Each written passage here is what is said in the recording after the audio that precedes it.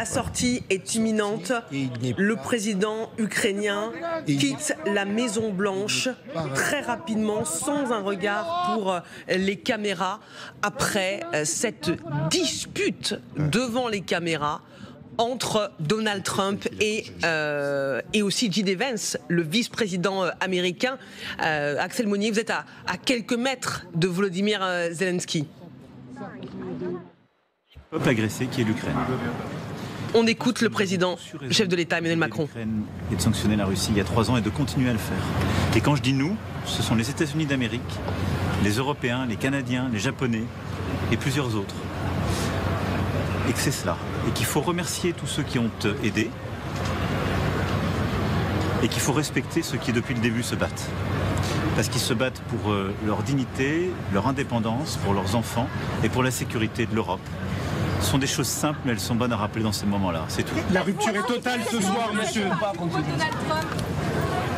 Emmanuel Macron interrogé sur le clash Trump-Zelensky depuis le Portugal où le président est en déplacement. Le président ukrainien est encore à l'intérieur de la voiture. Il n'est pas encore parti, il n'a pas encore quitté la Maison-Blanche. Est-ce qu'il a perdu ce soir? Une chose est certaine, vous avez remarqué, il n'a pas été raccompagné ou plus ou moins par une personne dont on n'a pas réussi à savoir qui c'était. Oui, il est évident que c'est un moment très difficile. Alors, je suis toujours un peu prudent parce que une négociation, c'est des moments de grand vide, des moments où on a le sentiment que tout s'affaisse. On verra, le président Macron a commencé par remercier tous ceux qui se sont impliqués, donc y compris les États-Unis, au passage. Volodymyr Zelensky qui quitte la Maison-Blanche sans un mot, évidemment, après ces échanges sidérants d'une violence inouïe. Axel Monnier, vous êtes sur place. Il n'y aura donc pas de conférence de presse commune. C'est le pire scénario qui s'est joué ce soir. Ouais. Viens. Axel Monnier. Il ne nous entend pas, il est évidemment avec d'autres journalistes. Dès que la connexion est rétablie, on va retrouver évidemment notre correspondant à Washington devant la Maison-Blanche. Jean-Claude, bonjour. Est-ce que ce soir, Volodymyr Zelensky a perdu? Il a perdu la guerre ce soir? Il a perdu le soutien des Américains, les Européens, et même si le président Macron a dit il faut respecter ceux qui se sont battus pour leur dignité, c'était en faveur de Zelensky, mais il est évident que ce soir, tous les efforts, le service pré-vente qui a été réalisé par le président Macron, ultime saut européen, ainsi que le Premier ministre anglais, il est évident que tout ça s'est effondré, il est isolé plus que jamais, et il repart, l'accord n'a pas été signé d'après ce que l'on sait, n'a pas été signé. Il repart sans le soutien américain. L'accord n'a pas été signé. Et c'est aussi une humiliation pour Donald Trump qui n'a cessé de dire il viendra et il va signer. Et là, ça va être dur parce que, évidemment, c'est une perte de face pour le président Trump. Et les Américains ne lâcheront pas comme ça, ne reviendront pas comme cela à la rescousse des Ukrainiens. On a retrouvé la connexion avec Axel Monnier. Axel, Volodymyr Zelensky vient de quitter la Maison-Blanche.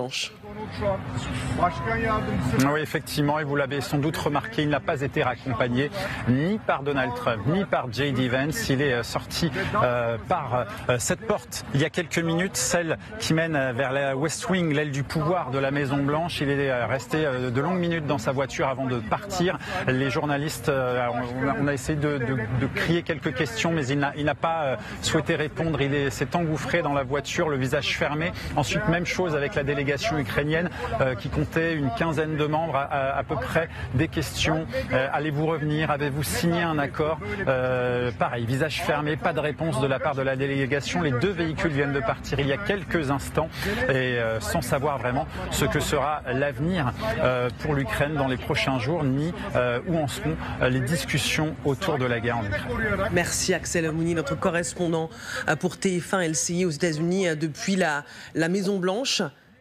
Et maintenant, général? Et maintenant, difficile. On parle là de l'isolation, d'une certaine façon, de Zelensky, à la fois probablement en Ukraine, devant les Américains, avec les Européens qui vont avoir du mal quand même à soutenir tout ça. Donc ça va être... Et auprès de, je pense, les gens qui vont regarder ces extraits qui, vous avez eu raison de le souligner, c'est pas un montage, mais c'est une mise en scène exprès pour appuyer le dossier américain et le dossier russe. Eh bien, ça va être extrêmement difficile à... Il a perdu la paix, en fait. Il a bien mené la guerre, et il est en train... Enfin, là, ponctuellement, hein, il a perdu la porte qui lui était ouverte pour pouvoir avoir la paix en faisant des concessions, mais en disant, il est temps, au bout d'un moment, il est temps de s'arrêter. Et ça... Tout le monde le dit autour de lui. Enfin, peut-être pas en Ukraine, mais ailleurs, en Europe, partout, tout le monde le dit. Il est temps de s'arrêter. Vous ne reconquérirez pas les territoires perdus. Donc, il faut négocier. Et il avait une chance de négociation. Et puis, il est tombé dans ce traquenard. Il a raté complètement cette négociation, malgré effectivement tous les efforts qui ont été faits avant pour qu'il puisse être bien présent à Washington aujourd'hui. Il est vrai que Donald Trump et J.D. Vance n'étaient pas disposés à négocier, mais il y avait peut-être une marge de manœuvre. Est-ce qu'en arrivant dans le bureau ovale avec des photos pour rappeler à quel point Vladimir Poutine était un meurtrier, c'était une bonne tactique? C'est là où, alors, même en reprenant, puisqu'on ne saura les choses que dans le temps, même en reprenant l'hypothèse suivant laquelle il y aurait eu, effectivement, tout ça a été préparé, mais précisément dans ce type de situation, on se prépare au scénario où l'autre tente de vous pousser à la faute pour pouvoir vous cornériser. Et c'est là où, lorsqu'on disait qu'il n'y avait pas une équipe capable de récupérer les balles à sa place plutôt que d'être face au vice-président, et évidemment, il a été laissé tout seul et il a été pointé du doigt, il n'y avait que lui. C'est vrai que dans le format, il aurait été bien, mais c'est facile à dire avec le recul, il aurait été bien de remercier, d'avoir ce côté cérémonial, remercier pour pouvoir dégonfler la tension. Quand on est en situation de très grand conflit, on soigne. J'ai presque envie de vous dire, c'est plus la forme qu'il faut soigner, mais maladivement, plus que le fond, puisque on sait, et on l'a dit au cours de cette soirée, que le fond était compliqué à gérer en une seule négociation, en tout cas en une seule rencontre. Mais c'est surprenant de la part de Volodymyr Zelensky, Annie de Menton, qui jusque-là n'était pas tombé dans le piège de la surenchère verbale, avait dit non mais c'est pas grave si Donald Trump dit que je suis un dictateur, je sais que j'ai été élu. Et là finalement, pour quelqu'un qui a été souvent malin dans ses négociations avec les Occidentaux, on est un peu étonné de son attitude. Et c'est d'autant plus étonnant que c'est quelqu'un qui, pendant ces 3 années de guerre, n'a cessé de dire merci. Et c'est très étrange, parce qu'à ce moment-là, le président Trump lui dit « mais quand même, vous pourriez avoir un peu de reconnaissance », et ça ne lui sort pas de la bouche. Et ça, c'est vraiment incroyable. C'est, je pense, une tension émotionnelle qui dépasse effectivement la rationalité, comme vous le disiez. Et jusqu'à présent, il avait montré, ne serait-ce que comme acteur d'ailleurs, des talents de négociateur qu'on ne pouvait pas soupçonner chez un homme qui n'était pas du tout habitué à la diplomatie, habitué à la politique au sommet, disons. Et là, voilà, c'est un moment inattendu et terrible aussi pour l'Ukraine. Quand il est reparti sur 2014, c'est vrai qu'il aurait été plus simple de dire tout ça est derrière nous et avançons. Et d'ailleurs, c'est ce que dit à un moment donné Donald Trump. Il dit oui, mais moi, ce que je veux, je ne suis pas responsable du passé, je ne veux regarder que l'avenir. Et malheureusement, alors ça ne s'explique pas. Écoutons justement cet échange. Donald Trump accuse Volodymyr Zelensky devant les caméras de ne pas vouloir la paix. Les gens sont en train de mourir, vous n'avez plus de soldats, vous commencez à ne plus avoir de soldats, ce serait une bonne chose. Et ensuite vous nous dites, ah non, moi je ne veux pas de cessez-le-feu, je ne veux pas cesser le feu, moi je veux ci, moi je veux ça. Non, écoutez, si vous arrivez à un cessez-le-feu maintenant, prenez-le comme ça, il n'y aura plus de balles qui voleront et vos hommes ne seront plus tués. Vous ne voulez pas de cessez-le-feu, c'est ça que vous dites? Moi je veux un cessez-le-feu. Vous allez avoir un cessez-le-feu plus rapidement avec cet accord. Vous pensez que je ne veux pas de cesser le feu? Qu'est-ce que vous pensez? Il y a quelqu'un qui s'appelle Biden, c'était pas une personne intelligente. Ça, c'était... excusez-moi, c'était avec Obama. Obama vous a donné des armes. Moi, je vous ai donné des javelines pour vous battre. Obama vous a donné des bateaux. Et Trump a donné des javelots, des javelins. Vous devriez être plus reconnaissant. Parce que ce n'est pas vous qui avez les atouts en main. Avec nous, vous allez avoir les atouts en main. Sans nous, vous n'avez pas d'atouts. Vous n'avez pas de carte en main même. Vous ne serez pas surpris d'apprendre, et c'est CNN qui le confirme ce soir, que le deal sur les minerais n'a pas été signé. À Washington, on va retrouver Justine Jankowski, notre correspondante pour TF1 LCI. C'est une séquence historique du jamais vu, un tel niveau de tension entre Washington et Kiev. Oui, un moment historique. D'ailleurs, on vient de voir le cortège de Volodymyr Zelensky passer dans la rue juste derrière moi, qui quittait donc la Maison-Blanche. Alors, on ne sait pas s'il est de retour à son hôtel qui se trouve juste à ma droite, mais on a entendu ces officiers, ces membres du Secret Service, dire que le barrage ne va pas être en place très longtemps, signe qu'il ne devrait pas rester très longtemps non plus. On ne sait pas trop ce qui va se passer maintenant. On sait qu'il devait donner une interview à Fox News. Elle est maintenue ou pas, la question reste en suspens. Ce que l'on sait, c'est que Donald Trump, suite à ces échanges, il a posté directement sur son réseau social en disant que Volodymyr Zelensky manquait de respect aux États-Unis et qu'il reviendra quand il sera prêt à faire la paix. On a vraiment le sentiment ici d'une humiliation, d'une punition devant la presse entière. Et Donald Trump le sait, il l'a dit d'ailleurs, ça va faire une très bonne séquence télévisée. Il sait qu'il est filmé et il sait que la population américaine, en tout cas les MAGA, ses supporters, ceux qui ont voté pour lui, vont particulièrement apprécier cette séquence dans laquelle il se montre en homme fort qui domine la question aujourd'hui. Maintenant qu'on sait que l'accord sur les minerais ne va pas être signé, la question aujourd'hui, c'est celle bien sûr des relations à venir entre les États-Unis et l'Ukraine, et surtout entre les États-Unis et la Russie, qui sont déjà en train de se rapprocher. Merci beaucoup Justine Jankowski pour ces toutes dernières informations en direct de Washington. Il est vrai que Volodymyr Zelensky est censé donner une interview à Fox News, qui est un média, on va dire, plutôt pro-Trump. On verra ce qu'il en est. Ce qui est aussi intéressant à noter, c'est que AP et Reuters n'ont pas été autorisés à assister dans le bureau ovale à ces échanges, mais que l'agence de presse russe TASS, donc pro-Kremlin, elle a été autorisée. Il y avait un journaliste russe dans la salle. Qu'est-ce que ça dit du nouvel ordre mondial qui est en train de se redessiner sous nos yeux ? Encore une fois, ça montre le changement de narratif, et deux, le fait que de toute façon les États-Unis de Donald Trump ont envie de rétablir des liens avec le Kremlin, et que pour l'instant l'Ukraine, c'est un peu une épine dans le pied dans ce projet, dans ce processus-là.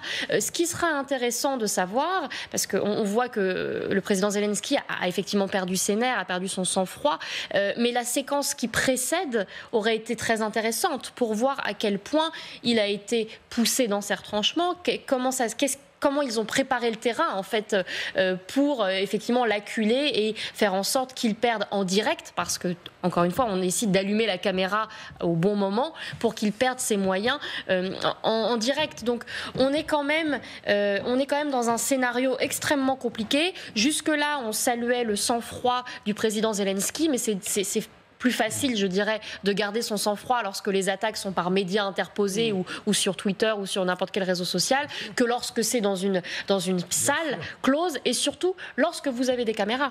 Parce qu'on ne sait pas quelle aurait été l'issue de cette discussion hors caméra. Le fait que vous soyez filmé par tout un tas d'agences de presse du monde entier et que vous savez que vos paroles vont rester, ça peut aussi jouer sur votre attitude et puis finalement le contenu de ce que vous allez dire. Donc Volodymyr Zelensky était quand même dans une situation extrêmement compliquée. Il a échoué au test, c'était un test très clairement qui lui était adressé. Aujourd'hui, on peut dire qu'il a échoué puisque le rapport de force n'était pas en sa faveur, et il le sera encore moins demain. Général Trinquant. Ça nous dit aussi beaucoup sur le changement radical aux États-Unis.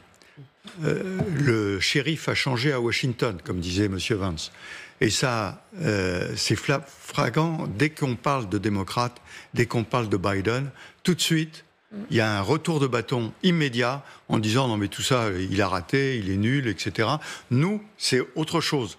Et nous, vous devez nous parler autrement. Et donc, il y a aussi ce rapport de puissance, non seulement Zelensky, Trump, mais aussi, et puis on l'a dit suffisamment tout à l'heure, la manipulation et la façon dont lui s'est mal préparé en fait à cet entretien. Mais il y a aussi les États-Unis qui se marquent comme puissance républicaine, impériale, avec Trump. Mais comment a-t-il pu mal se préparer pour cet entretien, puisque Emmanuel Macron avait insisté auprès de Trump pour qu'il rencontre Volodymyr Zelensky. Je précise, c'est une information LCI, que Emmanuel Macron va appeler Volodymyr Zelensky après cet échec, ce scénario noir ce soir pour l'Ukraine, où aucun deal n'a été conclu et que les tensions entre Washington et Kiev n'ont jamais été aussi vives. Le clash devant les caméras a été extrêmement violent. Sur son réseau social, Truth Social, justement, Donald Trump a envoyé ce message. C'est Volodymyr Zelensky qui n'est pas prêt pour la paix. Il reviendra quand il sera prêt. Tout à l'heure, vous posiez la question de savoir est-ce que finalement le rapport entre les États-Unis et la Russie, il est évident que depuis le début du XXIe siècle, il y a un rapprochement entre la Russie et les États-Unis qui date de George Bush, qui a été poursuivi par la suite. Et donc, au fond, finalement, Donald Trump et l'administration républicaine disent deux choses. La première, c'est qu'ils sont désormais en charge. Et le fait pour eux de dire « vous ne nous avez pas remerciés, vous n'avez pas réalisé que c'est nous qui étions responsabilité ». Donc c'est une façon de dire « oui, c'est une nouvelle administration ». Et la deuxième chose, cette nouvelle administration a une nouvelle orientation politique. Elle veut traiter avec la Russie comme puissance mondiale et non pas, j'imagine très bien, et non pas essentiellement avec l'Ukraine, parce que pour elle, l'Ukraine n'est qu'un pays parmi tant d'autres. Elle traite désormais de puissance à puissance. Et c'est cela qu'il faut garder en tête. Et le fait qu'il y ait la présence de l'agence TASS est un signe qui va dans ce sens. C'est du jamais vu depuis le début de la guerre en Ukraine. Les États-Unis se retournent contre Kiev. Volodymyr Zelensky et Donald Trump se sont écharpés devant les caméras dans le bureau ovale. Volodymyr Zelensky a quitté précipitamment la Maison-Blanche sans avoir conclu de deal avec le président américain, et avec une absence totale désormais de soutien de la part de Trump, qui estime que seul Poutine le respecte et lui montre un minimum de reconnaissance. Édition spéciale sur LCI qui se poursuit ce soir avec vous, Margot Haddad.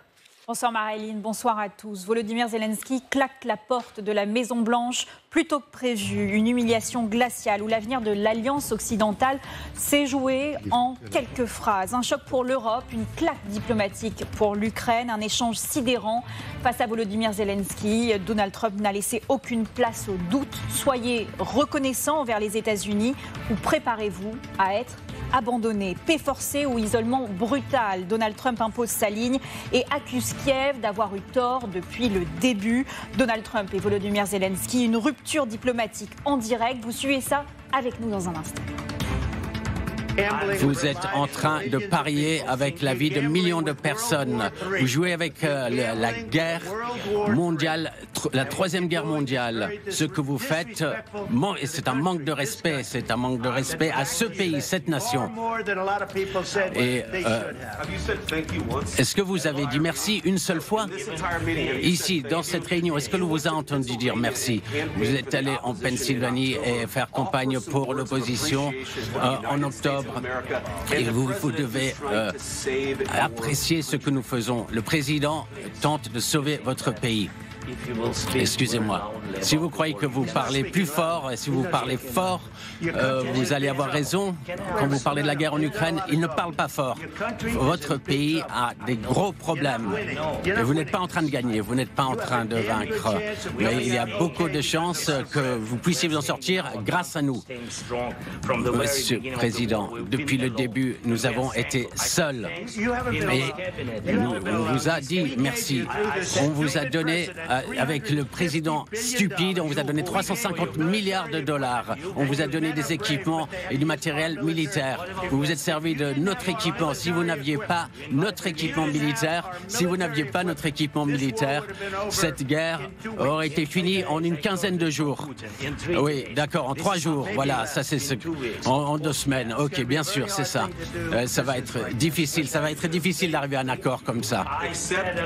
J'ai dit merci beaucoup de fois, Monsieur Vance. Et il y a des désaccords, il faut l'accepter, ça. Il faut qu'on avance et plutôt que de se battre devant les caméras. Vous avez tort, on sait que vous avez tort. Moi, je crois que c'est bon que la population américaine voit ce qui se passe. C'est important. C'est pour ça que je continue cette discussion et ces échanges. Vous devez être reconnaissant. Les gens sont en train de mourir. Vous n'avez plus de soldats. Vous commencez à ne plus avoir de soldats. Ce serait une bonne chose. Et ensuite, vous nous dites « Ah non, moi je ne veux pas de cessez-le-feu, je ne veux pas cesser le feu. Moi je veux ci, moi je veux ça. » Non, écoutez, si vous arrivez à un cessez-le-feu maintenant, prenez-le comme ça. Il n'y aura plus de balles qui voleront et vos hommes ne seront plus tués. Vous ne voulez pas de cessez-le-feu, c'est ça que vous dites? Moi je veux un cessez-le-feu. Vous allez avoir un cessez-le-feu plus rapidement avec cet accord. Vous pensez que je ne veux pas de cessez-le-feu? Qu'est-ce que vous pensez? Il y a quelqu'un qui s'appelle Biden, c'était pas une personne intelligente. Ça c'était... excusez-moi, c'était avec Obama. Obama vous a donné des armes. Moi je vous ai donné des javelines pour vous battre. Obama vous a donné des bateaux. Et Trump a donné des javelots, des javelins. Vous devriez être plus reconnaissant. Parce que ce n'est pas vous qui avez les atouts en main. Avec nous, vous allez avoir les atouts en main. Sans nous, vous n'avez pas d'atouts, vous n'avez pas de carte en main même. Échange chaotique entre Donald Trump et Volodymyr Zelensky pour cette rencontre à la Maison-Blanche. L'avenir de l'Ukraine et de l'Europe en suspens. Nous allons tout de suite prendre la direction de Washington pour retrouver Justine Jankowski sur le terrain. Justine, nous imaginons que dans ce bureau ovale, l'État était un état de sidération. Oui, sidération dans le reste du monde et ici aussi évidemment à la Maison-Blanche. Alors on vient il y a quelques minutes de voir passer le cortège de Volodymyr Zelensky qui a quitté la Maison-Blanche précipitamment. Selon la chaîne de télévision Fox News, c'est Donald Trump qui l'a jeté dehors. Alors il résidait avant de venir dans cet hôtel qui se trouve juste derrière moi. Vous voyez, c'est toujours barré, il y a des barrages de police un peu partout, mais ils sont en train d'être levés, signe que le président ukrainien ne devrait pas tarder à partir. On ne sait pas exactement ce qu'il va faire maintenant. Il était censé donner une interview à Fox News un peu plus tard dans l'après-midi. On ne sait pas si elle est maintenue suite à cet échange houleux et puis spectaculaire aussi devant les caméras du monde entier. Donald Trump le sait très bien. Il a précisé que ça ferait une très bonne séquence télévisée qui allait forcément plaire à son électorat. La presse américaine en revanche est sous le choc et c'est vrai, elle le dit, on n'a jamais vu un tel échange, un tel niveau de violence dans l'enceinte du bureau ovale. La question aujourd'hui, bien sûr, c'est quelles implications pour les relations entre l'Ukraine et les États-Unis. Pas de deal, évidemment, signé sur les minerais et surtout, quelles implications aussi pour la relation entre les États-Unis et la Russie. On a assisté à un rapprochement ces dernières semaines et on sait qu'un ambassadeur russe vient d'être nommé ici à Washington.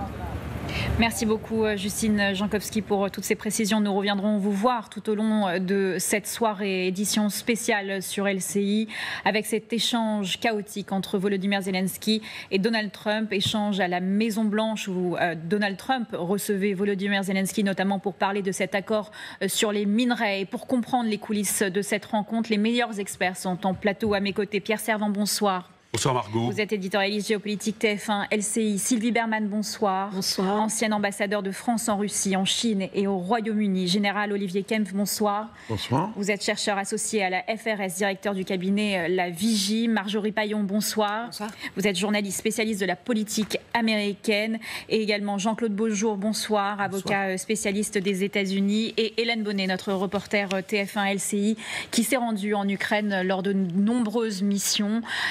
Il est vrai que lorsque l'on voit, quand on a assisté, nous à la rédaction, à cet échange entre Volodymyr Zelensky et Donald Trump, peu de personnes s'attendaient à un échange aussi tendu, Pierre Servan. Alors, c'est absolument sidérant. On a assisté à un crash diplomatique et ça fait 45 ans que je suis ces dossiers. J'ai essayé de me remémorer. Il peut y avoir parfois dans des points de presse des tensions, des pics, etc. Je n'ai jamais vu à ce niveau-là, sur fond de tensions internationales et de conflits, comment dirais-je, une empoignade verbale, avec en plus le vice-président. Et je me faisais la remarque que Kamala Harris, dans l'administration Biden, était totalement invisible, hein, et Vance est là comment dirais-je, en personnage qui rajoute du feu. Donc c'est absolument sidérant. On a des éléments qui permettent de comprendre, enfin les partager certainement pour que les téléspectateurs puissent comprendre. Enfin, ceci dit, vu l'accueil de Trump qui était plutôt sympathique, je ne m'attendais pas à un tel lynchage, une forme de lynchage entre guillemets pour moi de Zelensky, et un Zelensky qui visiblement, peut-être c'est pas suffisamment préparé ou a été piqué au vif par un certain nombre de choses. Mais enfin, quand on est à ce niveau-là de discussion, il faut être blindé et avancer sur son objectif. C'est d'autant plus surprenant qu'il est arrivé pour, entre guillemets, signer un accord. Donc, en général, lorsqu'on arrive au moment des signatures, on a purgé tous les sujets qui fâchent, et c'est vraiment une dimension, je dirais pas une formalité, mais une quasi-formalité. Je parle sous le contrôle de Sylvie Bermann. Quand on arrive à ce stade, on a quasiment tout ficelé. Et on a eu le sentiment tout au long de cet échange qu'au fond, on était jusqu'au début du processus de règlement de conflit, où les parties livrent comme ça tout leur ressenti, leurs émotions, les rancunes, les rancœurs.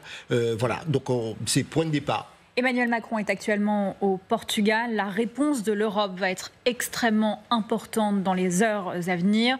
On apprend également que Emmanuel Macron devrait parler à Volodymyr Zelensky ce soir. On l'écoute. Je pense que nous connaissons tous la situation. Il y a un agresseur qui est la Russie. Il y a un peuple agressé qui est l'Ukraine. Je pense que nous avons tous eu raison d'aider l'Ukraine et de sanctionner la Russie il y a 3 ans et de continuer à le faire. Et quand je dis nous, ce sont les États-Unis d'Amérique, les Européens, les Canadiens, les Japonais et plusieurs autres. Et que c'est cela. Et qu'il faut remercier tous ceux qui ont aidé. Et qu'il faut respecter ceux qui depuis le début se battent. Parce qu'ils se battent pour leur dignité, leur indépendance, pour leurs enfants et pour la sécurité de l'Europe. Ce sont des choses simples, mais elles sont bonnes à rappeler dans ces moments-là. Marjorie Paillon, juste après cet échange entre Volodymyr Zelensky et Donald Trump, Emmanuel Macron, le président français, continue de dire et d'inclure les États-Unis. Oui, mais souvenez-vous, d'abord, Emmanuel Macron a ouvert, si j'ose dire, cette séquence de la semaine en se rendant à Washington et en allant justement parler avec Donald Trump. Il l'a d'ailleurs contredit, notamment pendant ce même échange devant les caméras, avant même leur rendez-vous bilatéral. Donald Trump l'a beaucoup mieux pris, en l'occurrence, quand c'était Emmanuel Macron qui le contredisait, que Volodymyr Zelensky. Et puis, on sait que l'Élysée a œuvré jusqu'à la dernière minute pour que cette rencontre, aujourd'hui, puisse avoir lieu entre Zelensky et Trump. L'autre sentiment qu'on peut avoir ce soir, c'est qu'on se souvient que pendant la campagne, un ancien chief of staff de Donald Trump disait « Attendez, si Donald Trump est élu, il n'y aura plus d'adultes dans la pièce. » Non seulement il n'y a plus d'adultes dans la pièce ce soir, mais il y a surtout des adolescents. On a l'impression d'être dans une cour de collège et que ce sont des harceleurs qui s'en prennent à un autre élève. C'est extrêmement grave ce qui est en train de se passer, du point de vue de la forme et du point de vue du fond. La réaction du côté de Kiev, avec vous, Gwendoline de Bono, vous êtes sur le terrain déjà depuis plusieurs jours. Il y a une véritable onde de choc du côté de l'Ukraine ce soir. Oui, clairement, tous les Ukrainiens à qui je parle sont sidérés par ce qui vient de se passer. Très clairement, j'ai reçu il y a quelques minutes un message d'un soldat ukrainien. Voilà ce qu'il a écrit. C'était une embuscade.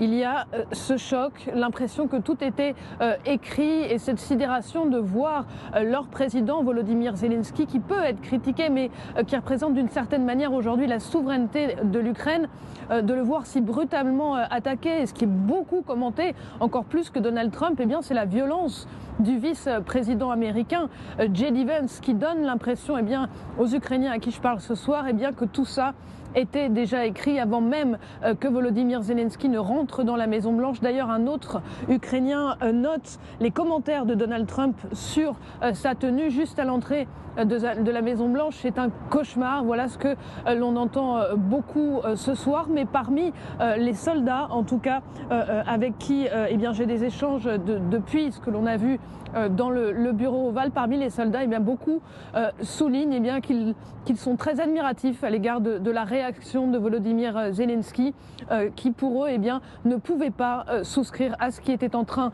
d'être dit dans le bureau ovale à Washington ce soir. Merci beaucoup Gwendoline de Bono pour toutes ces précisions. On reviendra vous voir tout au long de la soirée. Sylvie Berman, vous avez travaillé sur les accords de Minsk entre la Russie et l'Ukraine. C'était également des échanges tendus à cette époque-là. Est-ce que vous avez déjà, vous, en tant que diplomate, assisté à ce type d'échange ? Non, jamais, parce que mais c'est différent. Les négociateurs sont des professionnels et donc ça ne se passe pas de la même manière. Là, en tout cas, pour des chefs d'État, il y a un rite, hein, c'est-à-dire qu'ils se rencontrent, il y a un tour de table, ils sont filmés, ils tiennent des propos assez généraux, généralement aimables, anodins. Ensuite, ça se passe normalement en off, sans les caméras. Alors, oui, ça se passe d'abord devant les caméras et comme je dis, c'est des propos anodins et ensuite on rentre dans le vif du sujet.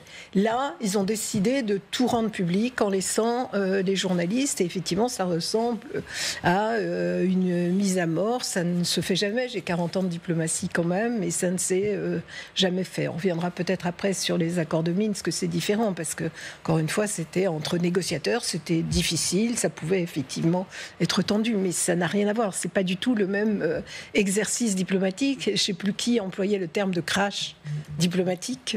Je pense que c'est Pierre.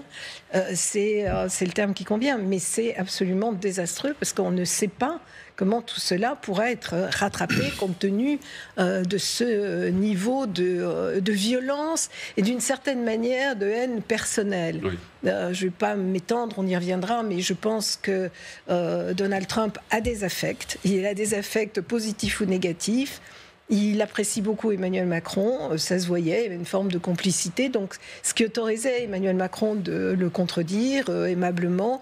Il déteste Zelensky depuis l'affaire Hunter Biden, où Zelensky n'a pas accepté ce que lui demandait Trump pour décrédibiliser Joe Biden. Et je pense que ça remonte à cette période-là. Et le vice-président en a parlé d'ailleurs. À un moment donné, il a fait allusion à cette affaire. Ça, c'est vrai que ça a miné les relations. Et le fait que Zelensky soit allé plus ou moins soutenir les démocrates pendant la campagne de manière indirecte, il le lui a reproché. Bref, il dit maintenant nous sommes en charge et vous ne voulez pas nous reconnaître comme interlocuteur et de nouvelles options républicaines. Est-ce un règlement de compte? En tous les cas, Donald Trump insiste sur un point. Vous devez être reconnaissant envers le peuple américain. Vous êtes en train de parier avec la vie de millions de personnes. Vous jouez avec la guerre mondiale, la troisième guerre mondiale. Ce que vous faites, c'est un manque de respect. C'est un manque de respect à ce pays, cette nation. Et est-ce que vous avez dit merci une seule fois? Ici, dans cette réunion, est-ce que l'on vous a entendu dire merci? Vous êtes allé en Pennsylvanie et faire campagne pour l'opposition en octobre. Et vous devez apprécier ce que nous faisons. Le président tente de sauver votre pays. Excusez-moi. Si vous croyez que vous parlez plus fort, si vous parlez fort, vous allez avoir raison. Quand vous parlez de la guerre en Ukraine, il ne parle pas fort. Votre pays a des gros problèmes. Et vous n'êtes pas en train de gagner, vous n'êtes pas en train de vaincre. Mais il y a beaucoup de chances que vous puissiez vous en sortir grâce à nous. Monsieur le Président, depuis le début, nous avons été seuls.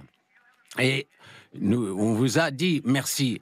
On vous a donné, avec le président stupide, on vous a donné 350 milliards de dollars. On vous a donné des équipements et du matériel militaire. Vous vous êtes servi de notre équipement. Si vous n'aviez pas notre équipement militaire,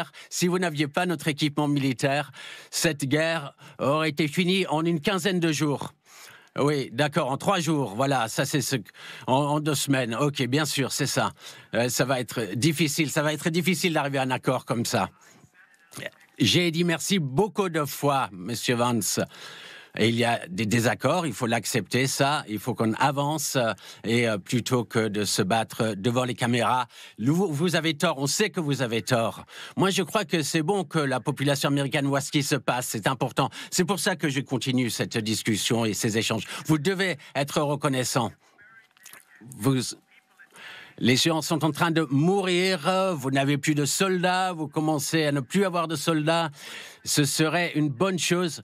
Et ensuite, vous nous dites « Ah non, moi je ne veux pas de cessez-le-feu, je ne veux pas cesser le feu, moi je veux ci, moi je veux ça ». Non, écoutez, si vous arrivez à un cessez-le-feu maintenant, prenez-le comme ça, il n'y aura plus de balles qui voleront et vos hommes ne seront plus tués. Vous ne voulez pas de cessez-le-feu, c'est ça que vous dites? Moi, je veux un cessez-le-feu.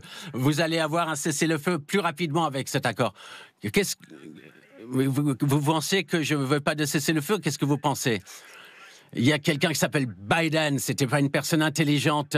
Ça, c'était... excusez-moi, c'était avec Obama. Obama vous a donné des armes. Moi, je vous ai donné des javelines pour vous battre. Obama vous a donné des bateaux.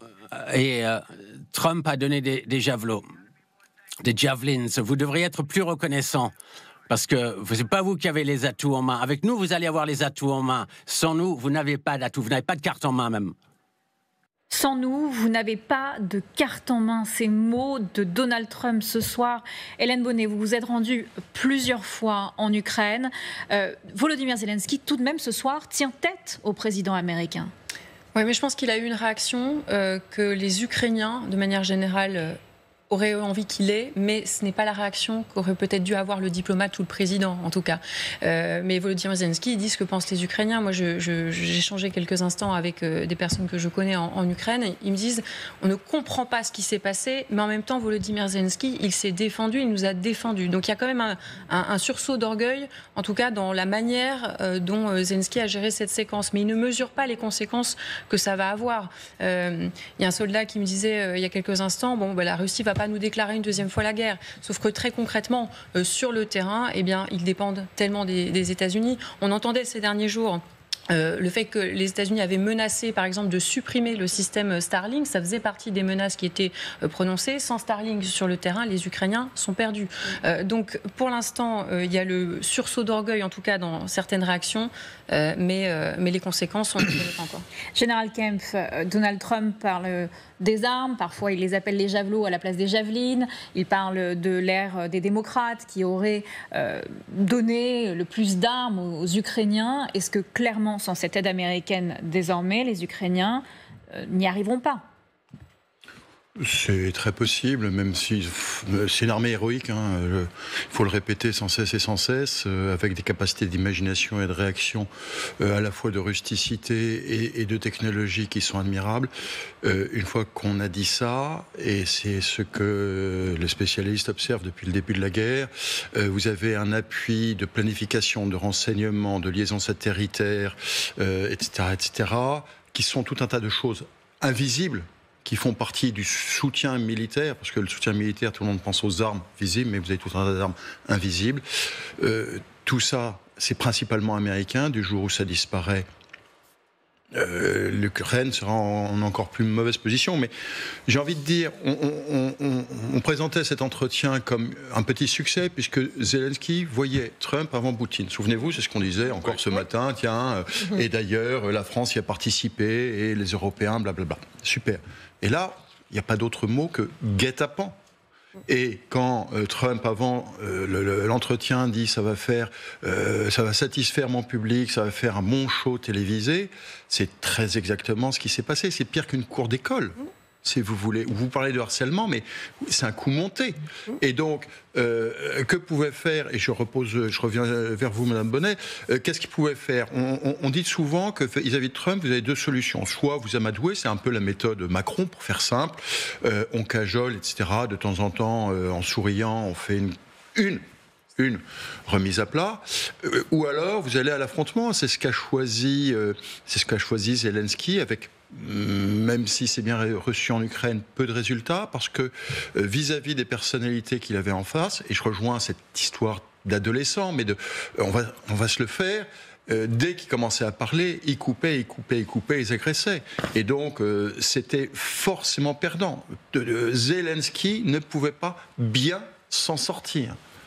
Un face-à-face entre Volodymyr Zelensky et Donald Trump chaotique. Nous sommes toujours en édition spéciale sur LCI avec ces mots de Donald Trump. Si vous ne concluez pas, si vous n'êtes pas reconnaissant vers les États-Unis, préparez-vous à être abandonné. Des mots qui ont fait écho aux paroles du Kremlin, aux mots de la propagande russe. Charles Diwo, vous êtes avec nous, vous êtes actuellement à Moscou.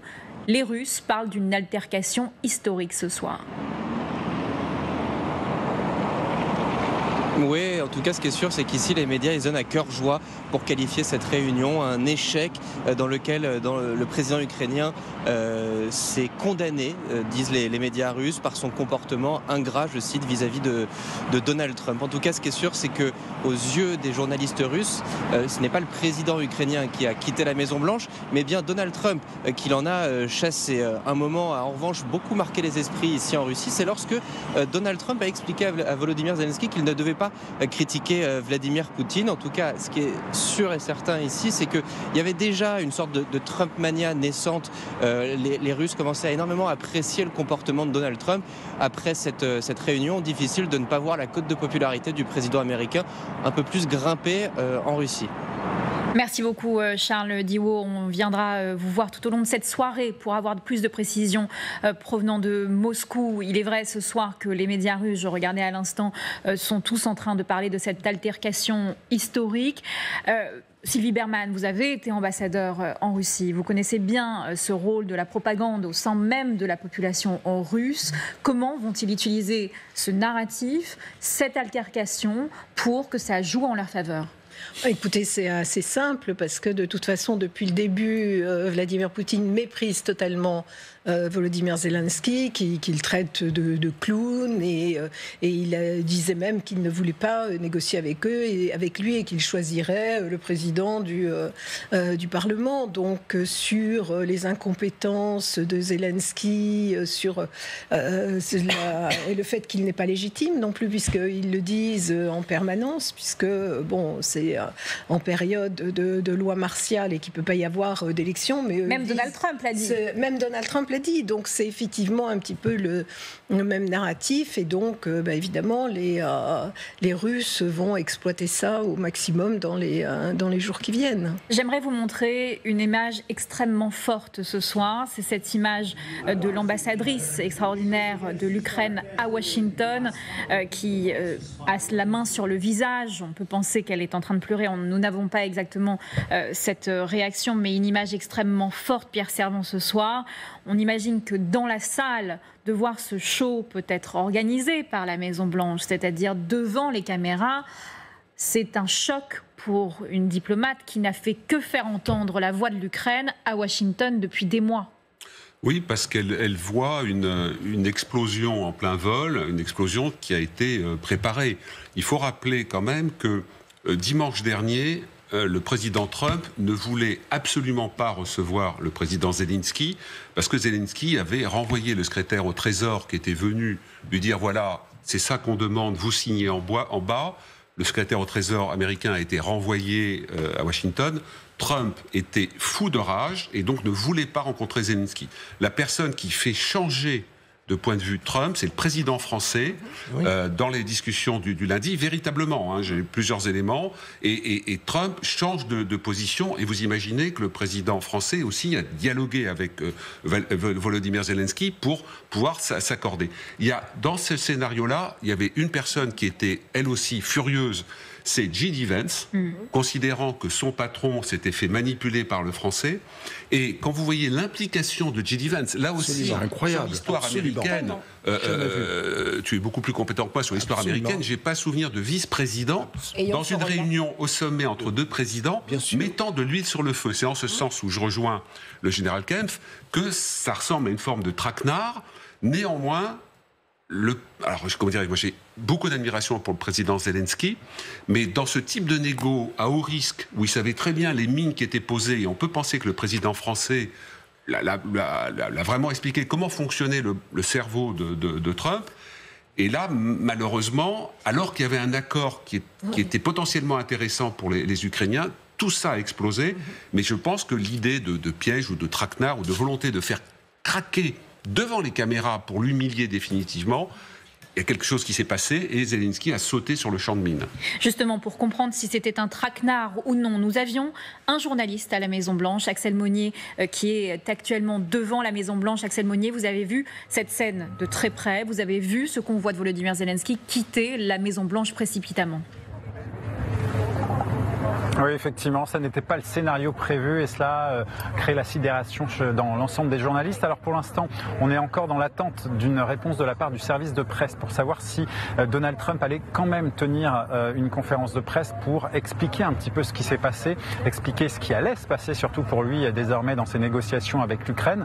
La Maison-Blanche estime que ce sera peu probable, d'autant plus que le président américain a prévu de partir passer le week-end chez lui en Floride, à Mar-a-Lago. Mais c'est vrai que sur le contenu, sur ce qu'il s'est passé, eh bien, il semble que c'est un piège. En tout cas, il y a une raison qui pousse à le croire, c'est que les Américains savent très bien, en tout cas Donald Trump et ses équipes savent très bien que l'un des points faibles de Volodymyr Zelensky, c'est qu'il se laisse parfois emporter à la fois par la passion et par ses émotions. C'est ce qui lui a été reproché d'ailleurs la semaine dernière lorsqu'il a réagi aux propos de Donald Trump, qui estimait qu'il était un président très impopulaire, à seulement 4% d'opinion favorable, ce qui est faux.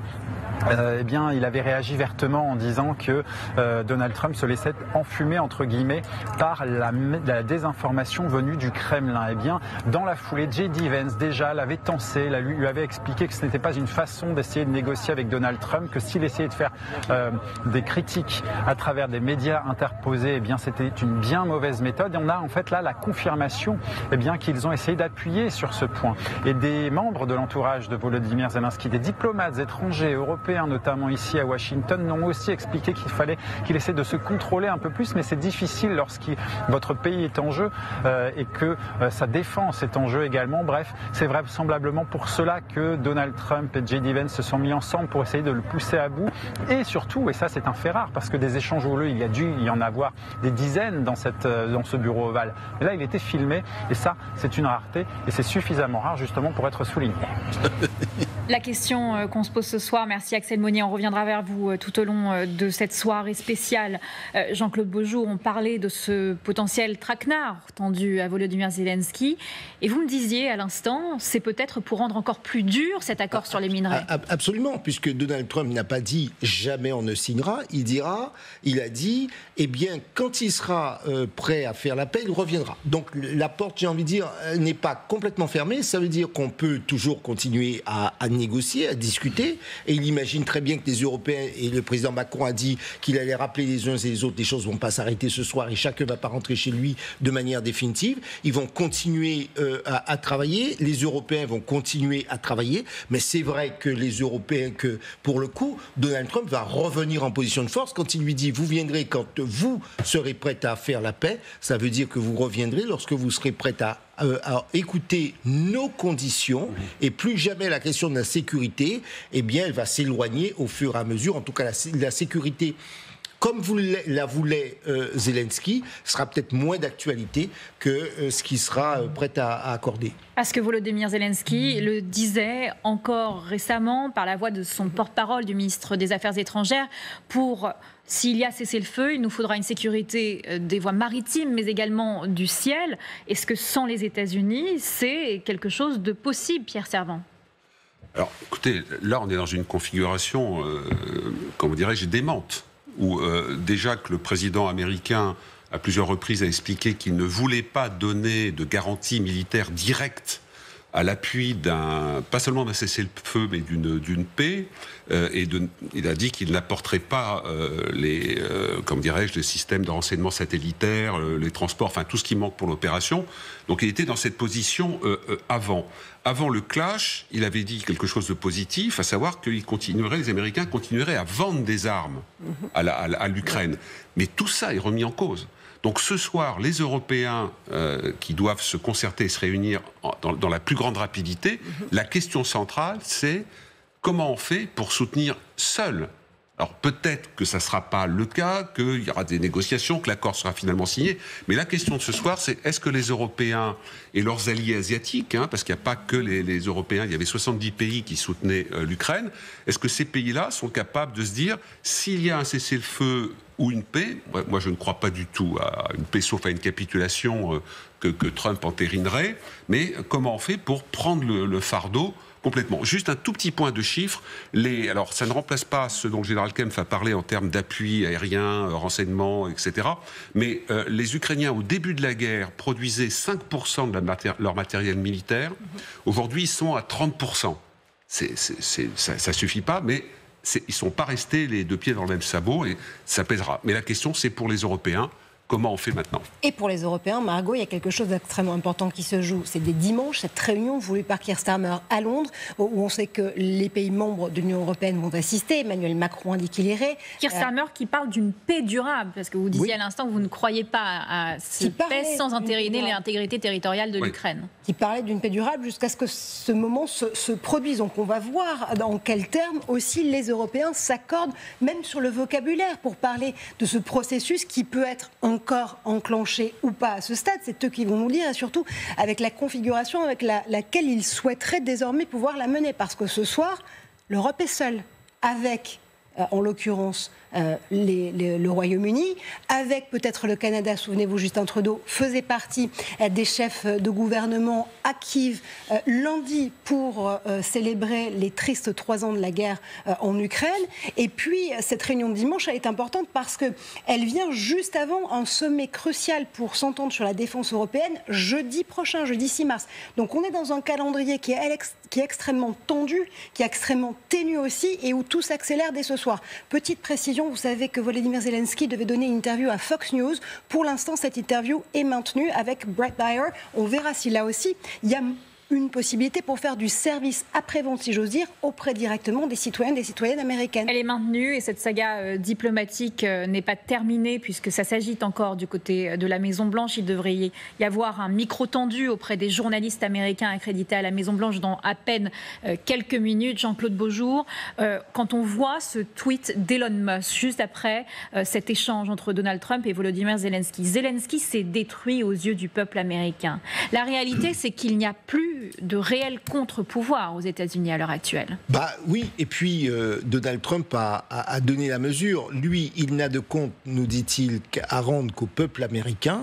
Le Congrès, parce qu'on aurait pu imaginer qu'il met là beaucoup plus, le Congrès, etc. Les différents réseaux ne fonctionnent plus. C'est désormais lui et son vice-président et le rapport avec le peuple américain qui compte. Donc, inévitablement, et ça n'est pas la réflexion de Donald Trump, lui il se moque complètement du reste. Lui, sa seule préoccupation, nous avons fait campagne et d'une certaine manière, J.D. Vance le rappelle, il a dit nous avons un mandat, nous avons fait campagne, il faut bien comprendre que pour l'instant vous étiez avec les démocrates, maintenant ce sont les républicains, nous n'avons de compte à rendre qu'à nos électeurs et à cette majorité qui nous a donné un mandat, c'est faire la paix et surtout nous sortir de là. Conclure un accord où on vous abandonne, ce sont les mots de Donald Trump ce soir. Écoutez. Je ne pense pas que vous seriez un dur à cuire sans les États-Unis, et votre peuple est très courageux.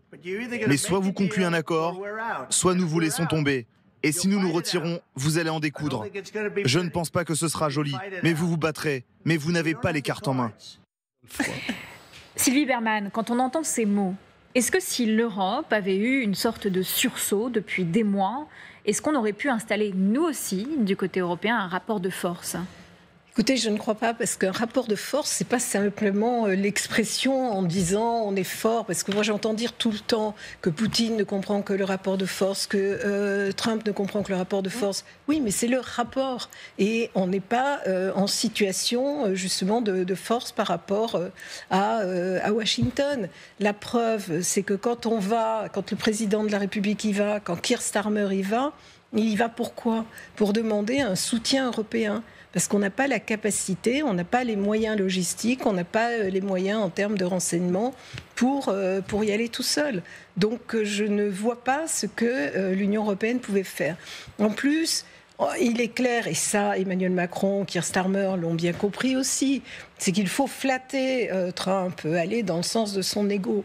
Je pense qu'ils l'ont expliqué à Volodymyr Zelensky, qui d'ailleurs en a fait preuve, parce qu'à une époque, il avait dit à quel point il était intelligent, jeune, dans son esprit. Mais là, en situation, il a perdu, effectivement, il a craqué, il a perdu ses nerfs. Vous le voyez sur ces images à gauche de votre écran, ça s'agite du côté de la salle de presse de la Maison-Blanche avec les journalistes accrédités, avec dans quelques minutes des questions posées certainement au président Donald Trump, ou en tous les cas à sa porte-parole de la Maison-Blanche qui se tiendra sur ce pupitre pour répondre aux questions des journalistes. Quand je vous entends, Sylvie Bermann, la question qu'on peut se poser, c'est n'est-ce pas là le sort tragique de l'Europe quand on voit qu'il n'y a pas eu la possibilité d'avoir une réponse à la hauteur de Donald Trump pour essayer d'avoir une sorte de contre-pouvoir, Général Kempf? C'est assez facile de refaire l'histoire quand on la voit se dérouler très très vite et aussi brutalement sous nos yeux. Souvenons-nous d'où vient l'Europe. Elle vient de 4 ans de présidence Biden, avec laquelle elle s'est bien entendue. Et pourquoi elle s'est bien entendue avec Biden? Parce qu'il y avait une sorte de soulagement, probablement maladroit, mais de soulagement, de revenir à quelque chose que l'Europe considérait comme habituel dans la relation transatlantique entre l'Europe et les États-Unis, après ce que l'on considérait comme une parenthèse Trump. Ce que nous sommes en train d'observer aujourd'hui, c'est que la parenthèse n'était pas celle de Trump, la parenthèse était une parenthèse Biden.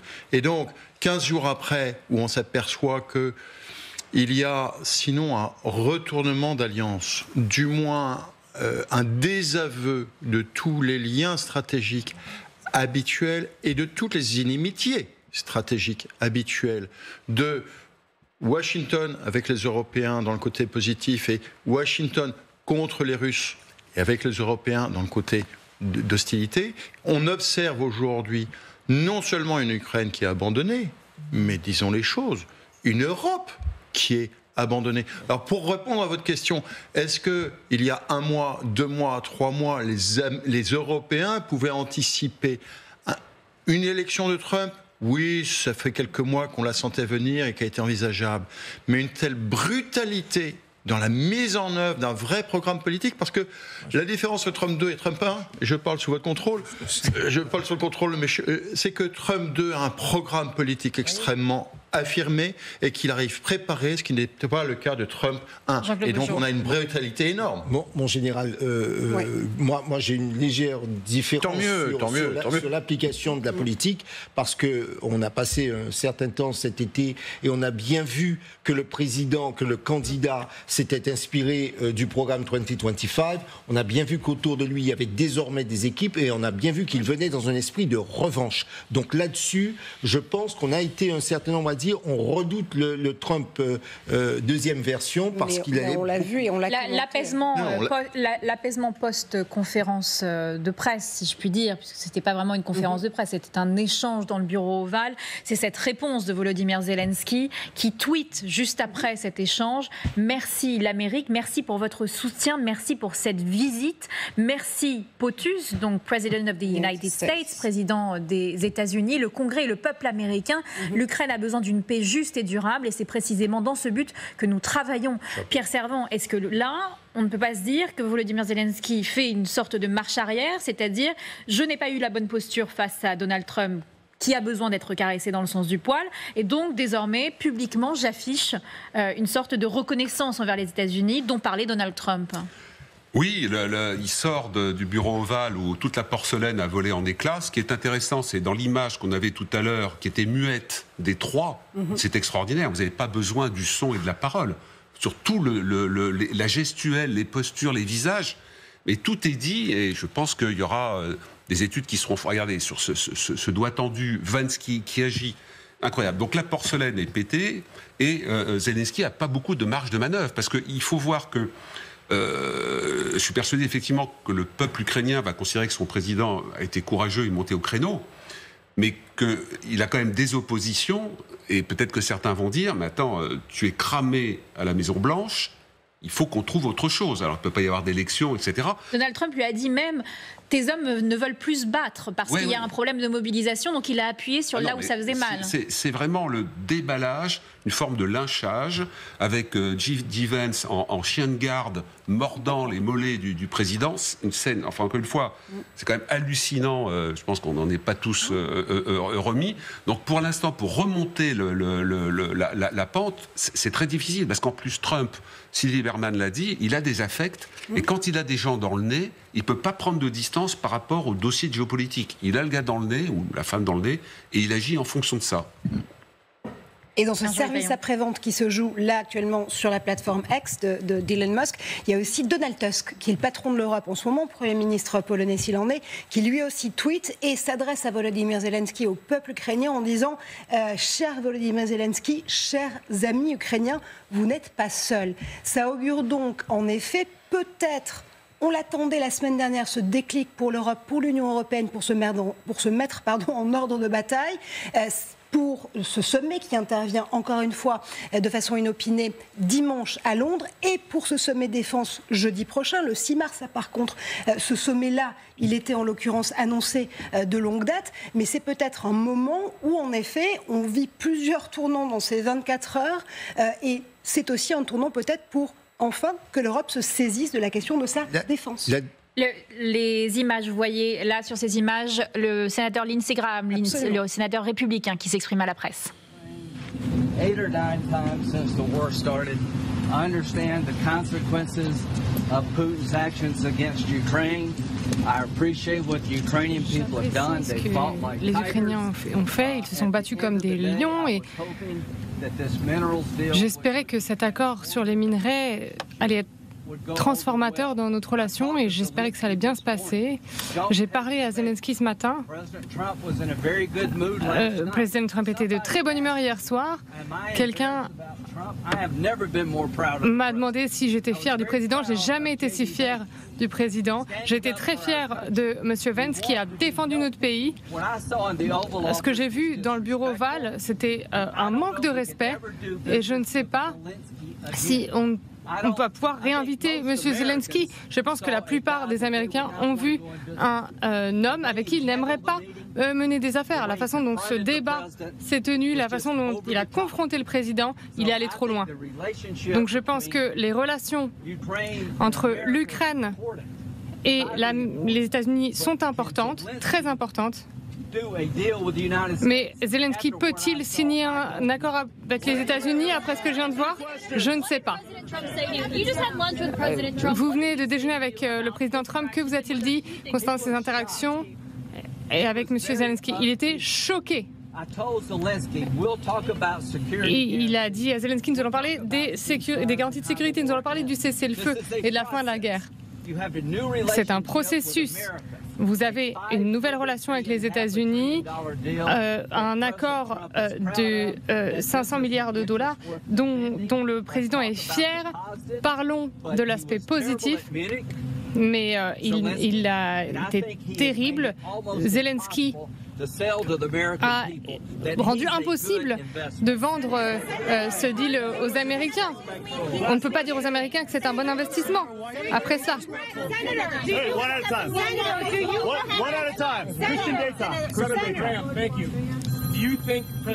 Pensez-vous que le président Zelensky doit démissionner? Soit il doit démissionner et envoyer une personne avec laquelle on peut négocier.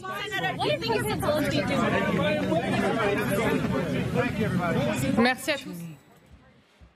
Qu'on explique tout de même à nos téléspectateurs ce soir, Lindsey Graham, sénateur républicain de Caroline du Sud, qui s'était rendu en Ukraine pour parler notamment de l'aide à l'Ukraine au Congrès qui était bloqué, qui avait dit que Vladimir Poutine était un menteur et qui a ce soir dit que Volodymyr Zelensky a été une personne irrespectueuse dans le bureau ovale.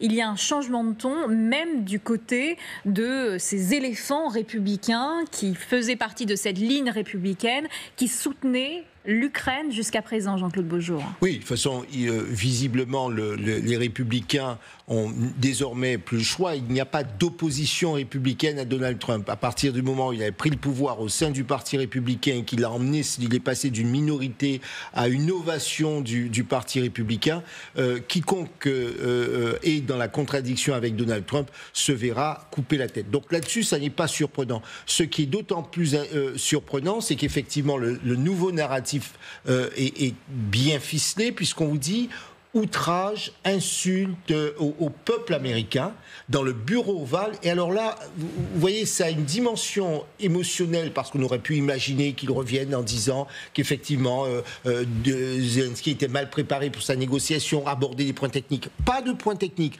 On ne parle que d'une chose, le peuple américain qui a, entre guillemets, déjà sorti, d'après Donald Trump, 300 milliards, qui a donné 300 milliards, eh bien ce peuple américain ne se voit même pas remercié et en plus insulté dans le bureau ovale. De Donald Trump, parce que ce n'est pas vraiment les chiffres, 300 milliards. J'ai bien dit, suivant Donald Trump, 300 milliards, et donc il dit, il n'y a plus de discussion, c'est inacceptable, c'est insupportable. Maintenant, je voudrais quand même préciser qu'effectivement, il y a le soutien à Zelensky du président polonais, mais la diplomatie n'a pas dit son dernier mot, puisque le président Macron a aussi expliqué, il a dit, ok, on dit merci aux Américains, mais à côté, on peut comprendre aussi la réaction de Zelensky, qui représente un peuple qui s'est beaucoup battu depuis maintenant 3 ans.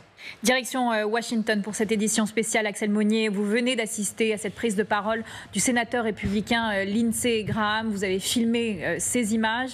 Il s'est exprimé en disant très clairement que la réaction de Volodymyr Zelensky était une réaction irrespectueuse. Oui, ce sont clairement les mêmes mots que ceux que Donald Trump avait employés sur son réseau social. Alors il faut remettre un peu de contexte dans cette intervention. Lindsey Graham, c'est un sénateur républicain parmi les plus connus, quelqu'un qui s'est rallié à Donald Trump et qui ce matin a rencontré Volodymyr Zelensky avec quelques autres sénateurs démocrates dans une réunion bipartisane qui semblait s'être très bien passée d'ailleurs. On a vu des photos de ces sénateurs circuler sur leurs réseaux sociaux.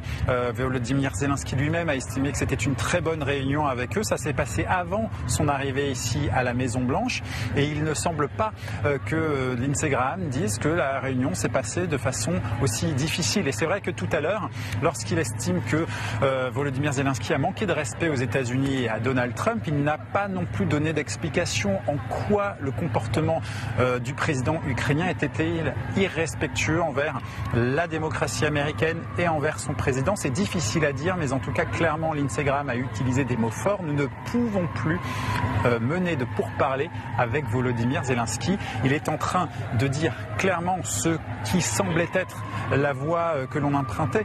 Les États-Unis ne veulent plus discuter avec le président ukrainien. C'est une sacrée information. Ça veut dire que peut-il se passer désormais pour l'Ukraine dans les prochaines semaines, dans les prochains jours? Cette paix se fera-t-elle à l'insu de Kiev? Eh bien, écoutez, on va attendre la prochaine prise de parole du président américain qui devrait quitter la Maison-Blanche dans l'après-midi pour se rendre ce week-end à Mar-a-Lago dans son domicile de Floride. Merci beaucoup Axel Monnier. On reviendra vous voir dans quelques minutes pour suivre ce qu'il se passe du côté de la Maison-Blanche. Je vous entendais tous sur ce plateau lors de la prise de parole de Lindsey Graham. Vous m'avez tous dit, il est tombé dans le piège, Volodymyr Zelensky. Qu'est-ce que ça veut dire pour vous, Général Kempf? Le piège, c'est que c'est une histoire d'homme. Faisons les choses simplement. Il y a un mois, Trump a dit qu'il faut une nouvelle élection. Il a constaté qu'il ne pouvait pas y avoir d'élection. Il considère que Zelensky ne peut pas signer. Poutine considère que Zelensky ne peut pas signer. Donc, il faut quelqu'un d'autre à la tête de l'Ukraine. Le piège, il est là. Le guet-apens dont on parle, le combat de coq auquel on a assisté, la déclaration de Graham, n'ont qu'un seul but, de mettre Zelensky hors du jeu, la personne de Zelensky. Et pourtant, Margot, il y a eu un vote au Parlement ukrainien il y a quelques jours à peine qui a revoté sa confiance à Volodymyr Zelensky à 10 voix près. Donc une confiance qui est renouvelée envers le président ukrainien. C'était avant l'épisode, bien évidemment, de cette journée. Et puis, il y a ces tweets qui continuent à évidemment pulluler sur X, différentes personnalités américaines, notamment Liz Cheney. Vous savez que Liz Cheney a été attaquée attaquée par Donald Trump et par J.D. Vance plusieurs fois lors de leur propre campagne pour cette élection de 2024. Elle dit que l'histoire saura se souvenir de ce jour où un président américain et un vice-président américain ont abandonné tout ce pourquoi les États-Unis se battent et ce qu'ils représentent. Bernie Sanders aussi qui réagit ce soir en disant « Désolé Donald Trump, désolé, nous pensons que la démocratie c'est ce qui vaut le coup, pas l'autoritarisme ». Et puis aussi un tweet de Dmitry Medvedev qui lui du coup côté Russie j'imagine souligne la personnalité de Volodymyr Zelensky en disant que le cochon, je le cite, insolent, a finalement réussi à avoir une véritable fessée dans le bureau ovale. Et écoutez, d'ailleurs, nous avons reçu la réaction de Maria Zakharova, qui est justement la porte-parole du ministère des Affaires étrangères russe, qui dit ceci, regardez, Trump a fait preuve de retenue face à l'ordure Zelensky. Très clairement, Sylvie Bermann, vous avez été en poste à Moscou. Là, c'est du pain béni pour les Russes ce soir. C'est complètement, oui, il n'y a pas de meilleure expression que celle que vous venez d'utiliser, puisque Vladimir Poutine ne respecte pas Volodymyr Zelensky et qu'il voudrait éventuellement, s'il y a un accord, négocier avec quelqu'un d'autre. Vous croyez à un changement de président ? Je vois mal comment c'est possible dans la mesure où il ne peut pas y avoir d'élection parce qu'il y a la loi martiale, il y a la loi martiale parce qu'il y a une guerre. Donc je ne vois pas comment on peut organiser des élections dans les tranchées. À la limite, vous pouvez reprendre des négociations peut-être entre ministres des Affaires étrangères, mais in fine, c'est quand même Volodymyr Zelensky qui devra signer lorsqu'il y aura un accord. On parlait d'un deal encore plus dur potentiellement dans les jours à venir, s'il y a un dialogue qui s'instaure à nouveau. Hélène Bonnet, quand on voit cette situation-là, est-ce que la fin de Volodymyr Zelensky à la tête de l'Ukraine pourrait faire partie de ce deal proposé par Donald Trump, selon vous ? C'est sans doute ce que veut la Russie, c'est ce que Donald Trump avait commencé à faire. On a vu tout ce travail de sape depuis 2 semaines. Mais c'est vrai qu'il va falloir regarder très attentivement ce qui se passe en Ukraine, parce que pour l'instant, que ce soit dans l'opposition, chez les soldats, chez les civils, il y avait une sorte de consensus pour dire c'est pas le moment. C'est pas le moment de changer de leader. Donc vous avez toute une opinion là qui va se regrouper derrière Volodymyr Zelensky, c'est certain, parce qu'ils y voient une forme de résistance. En fait, il a dit tout ce que pensaient les Ukrainiens. Mais après, est-ce qu'il y aura des gens pragmatiques au sein des politiques pour dire, bon, peut-être que c'est pas la personne qui doit nous représenter. Ça va être toute la question. Il va falloir scruter les réactions en Ukraine, les réactions officielles. Pierre Servan. Oui, écoutez, moi, vraiment, en cheminant dans cette spéciale, je considère qu'on a assisté à un assassinat politique dans le bureau ovale. C'est-à-dire qu'il y a un homme qui a été attiré dans un traquenard, un peu à la façon des mafieux. Trump avait envoyé un gars pour lui dire si tu signes pas le contrat sur les terres rares, on te casse les genoux. Finalement, le gars a été renvoyé. Il arrive à Washington et là, c'est deux personnages entre guillemets mafieux qui lui disent voilà, tu t'alignes et sinon tu es déconsidéré devant les Américains. Voilà, c'est un meurtre politique. Et donc, je ne sais pas comment il va pouvoir s'en sortir. Réaction immédiate, Pierre Servan, du Quai d'Orsay, que j'aimerais vous montrer. Jean-Noël Barrot qui s'exprime justement ce soir en disant « Il y a un agresseur, la Russie de Poutine, il y a un agressé, le peuple ukrainien. Face à cela, et pour notre sécurité collective, une nécessité, l'Europe maintenant, le temps des mots est révolu, passons aux actes ». Tout de même, Pierre Servan, oui. On entend ces mots-là. Mais attendez, ça fait tout de même quelques mois qu'on les répète. Alors là, pour le coup, on est au pied du mur. Et si on ne bouge pas, on aura un Poutine renforcé dans 3 ans avec un outil militaire qui aurait été musclé grâce à un accord bidon, un traité de paix bidon, un cessez-le-feu reconduit. Et c'est pas que l'Ukraine qui va avoir des problèmes, c'est nous-mêmes. Et ce que cette affaire-là, ce montage, cette construction, cette mise en scène révèle, c'est une chose très claire que Michel Goya résumait en disant Donald Trump est passé à l'Est.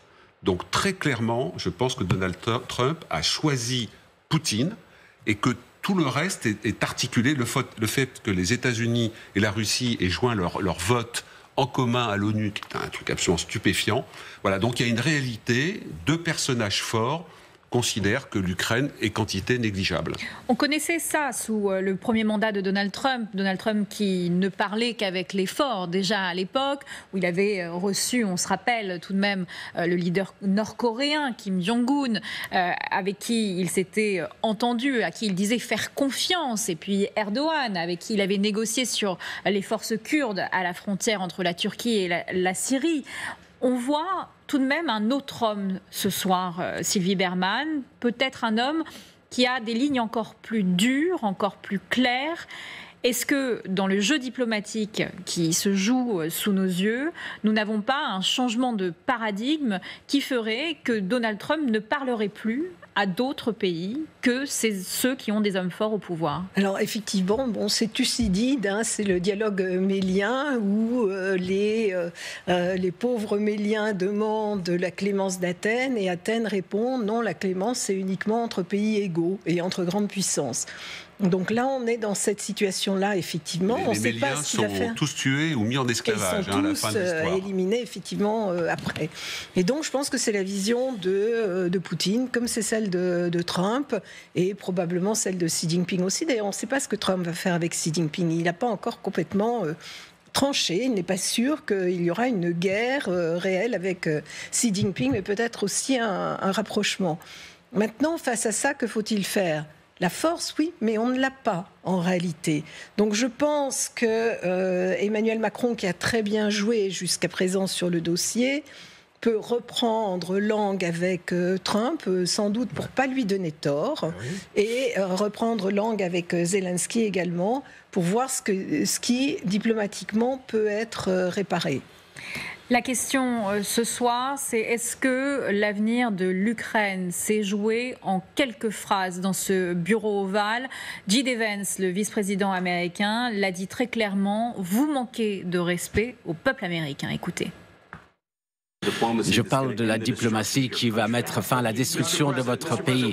Monsieur le Président, avec tout le respect que je vous dois, vous manquez de respect de venir dans le bureau ovale et dire cela devant les médias américains. Maintenant, vous êtes en train de forcer des conscrits sur le front parce que vous avez des problèmes de personnel. Vous devrez être content que le président entre dans ce conflit. Est-ce que vous êtes venu en Ukraine? Est-ce que vous connaissez la situation? Eh bien, moi, j'ai vu ce qu'on montre dans les médias. Et voilà, vous amenez des gens, vous faites des tours de propagande. Est-ce que vous n'êtes pas d'accord que vous avez des problèmes, que vos militaires ont des problèmes, que vous n'avez pas assez de monde? Et vous manquez de respect de venir dans le bureau ovale et d'attaquer l'administration qui essaye de prévenir la destruction de votre pays. Alors, il y a beaucoup de questions là. En commençant depuis le début, tout d'abord, pendant la guerre. Tout le monde a des soucis, tout le monde a des problèmes, même vous. Mais vous avez un océan, mais vous ne le ressentez pas maintenant. Mais vous allez le ressentir à l'avenir. Non, ne dites pas ce qu'on va ressentir. On essaye de résoudre un problème. Ne nous dites pas, n'essayez pas de nous dire ce que nous allons ressentir. Il faut que ce soit clair, il faut se souvenir de cela. Vous n'êtes pas dans une position de dicter quoi que ce soit que nous puissions ressentir. Nous allons nous sentir très bien. On va se sentir très bien, très fort. Non, actuellement, vous n'êtes pas dans une bonne position. L'Ukraine est dans une mauvaise position et vous l'avez permis ça d'arriver. Depuis, vous n'êtes pas dans une bonne position. Vous n'avez pas le contrat maintenant. Avec nous, vous allez maintenant... Vous êtes en train de parier avec la vie de millions de personnes. Vous jouez avec la guerre mondiale, la troisième guerre mondiale. Ce que vous faites, c'est un manque de respect. C'est un manque de respect à ce pays, cette nation. Et est-ce que vous avez dit merci une seule fois? Ici, dans cette réunion, est-ce que l'on vous a entendu dire merci? Vous manquez de respect au peuple américain. Nous savons que Volodymyr Zelensky devrait s'entretenir avec Fox News ce soir pour parler notamment à ces républicains qui regardent majoritairement cette chaîne conservatrice aux États-Unis. Jean-Claude Beaujour, le soutien des électeurs américains est également très important. On sait qu'il y a des républicains qui ont voté Trump qui soutenaient l'Ukraine profondément. Absolument. Il y a toujours eu une majorité républicaine-démocrate, une majorité d'Américains qui soutenaient l'Ukraine.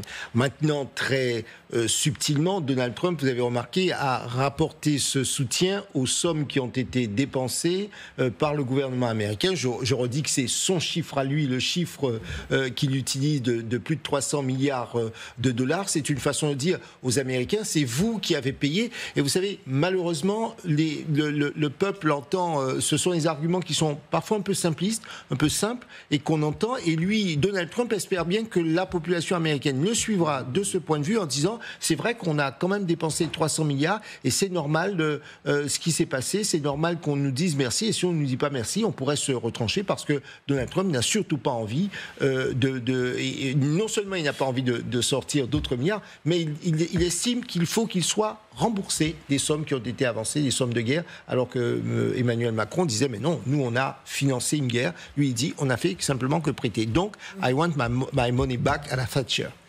Sylvie Berman, quand on regardait cette séquence avec Volodymyr Zelensky qui répondait à Donald Trump en lui disant mais vous aussi vous avez des problèmes, vous me dites c'est une erreur diplomatique. Ça c'est une erreur grave, surtout vis-à-vis des États-Unis. Il a pu le dire à d'autres pays, il a pu le dire à des Européens. Vous allez vous trouver en situation difficile. Dire à Donald Trump, qui estime qu'il est l'homme le plus fort au monde, que les États-Unis vont avoir des difficultés, c'était totalement intolérable. Parce que la réalité, c'est qu'il a été quand même extrêmement maladroit dans ses réponses et qu'effectivement, bon, il a un peu perdu. Certains vous diraient c'est mieux que d'être humilié. Il est humilié, oui, de facto. Les faits sont là. La guerre est en Ukraine, elle est en Europe, et les États-Unis vous disent nous ne sommes pas en guerre, au fond. Et c'est aussi ça, cette reprise de discussion avec les Russes, c'est de dire nous ne sommes pas en guerre. Nous voulons vous aider, nous voulons ramener la paix dans ce petit morceau d'Europe. Direction Washington pour cette édition spéciale avec vous, Axel Monnier. Vous êtes à la Maison-Blanche et vous avez échangé avec des journalistes qui étaient dans ce bureau ovale et qui ont assisté à cette scène.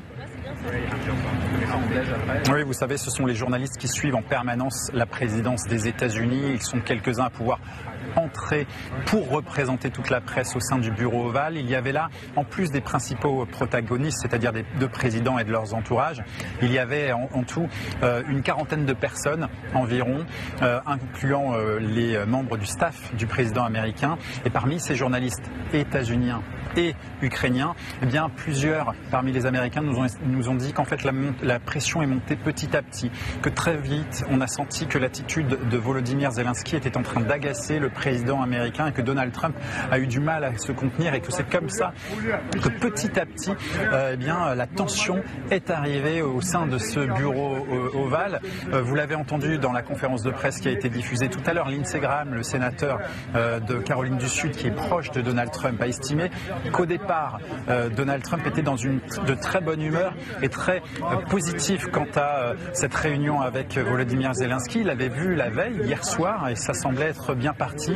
Clairement, la tension est montée d'un cran et ensuite, évidemment, ça a donné l'échange auquel vous avez pu assister sous les yeux des caméras, justement, de ces journalistes qui étaient à l'intérieur du bureau ovale. La suite, eh bien, on ne la connaît pas pour l'instant. Que va vouloir faire Donald Trump? La Maison-Blanche vient de publier sur son compte Twitter un drapeau américain en disant « America First ». Il semble que le président soit satisfait de ce qui s'est passé finalement. C'est un moyen pour lui de dire qu'il n'a plus besoin de s'occuper de cette guerre et qu'il va pouvoir précisément s'occuper de son propre pays. Est-ce que ça veut dire qu'il cesse toute discussion désormais avec Volodymyr Zelensky? Eh bien, c'est ce qu'on verra dans les prochains jours et les prochaines heures.